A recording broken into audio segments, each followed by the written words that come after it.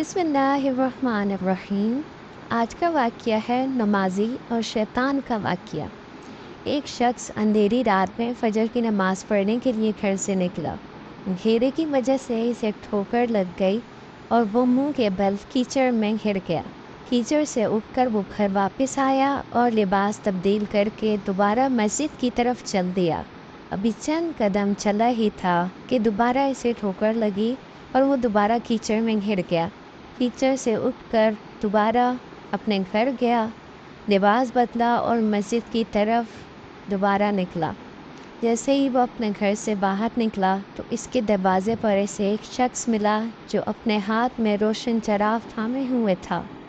चराग वाला शख्स चुपचाप नमाजी के आगे मस्जिद की तरफ चल दिया। इस मर्तबा चराग की रोशनी में नमाजी को मस्जिद पहुंचने में किसी दुश्वारी का सामना नहीं करना पड़ा। वो खैरियत से मस्जिद पहुंच गया। मस्जिद के दरवाजे पर पहुंचकर चराग वाला शख्स रुक गया। नमाजी से छोड़कर मस्जिद दाखिल हो गया और नमाज अदा करने लगा। नमाज से फारिग होकर वो मस्जिद से बाहर आया तो वो चराग वाला शख्स इसका इंतज़ार कर रहा था ताकि इस नमाजी को चराग की रोशनी में घर छोड़ आए।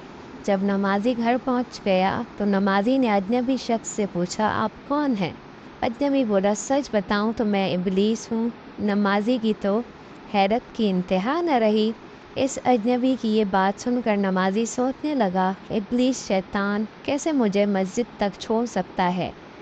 इसका काम तो लोगों को बहकाना है। तो इस शख्स ने बड़ी हैरत के साथ इबलीस से पूछा, तुझे तो मेरी नमाज रह जाने पे खुश होना चाहिए था, मगर तुम तो चराग की रोशनी में मुझे मस्जिद तक छोड़ने आए। इबलीस ने जवाब दिया कि जब तुम्हें पहली ठोकर लगी तो तुम लिबास तब्दील करके मस्जिद की तरफ पलटे, अल्लाह ताला ने तेरे सारे गुनाह माफ़ फरमा दिए।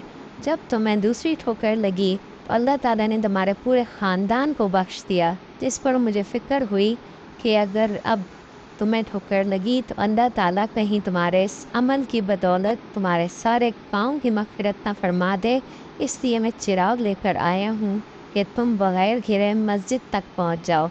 इस शख्स ने जैसे ही ये बात सुनी तो इसने अल्लाह ताला की बारगाह में अपना सर झुका कर अल्लाह का शुक्र अदा किया।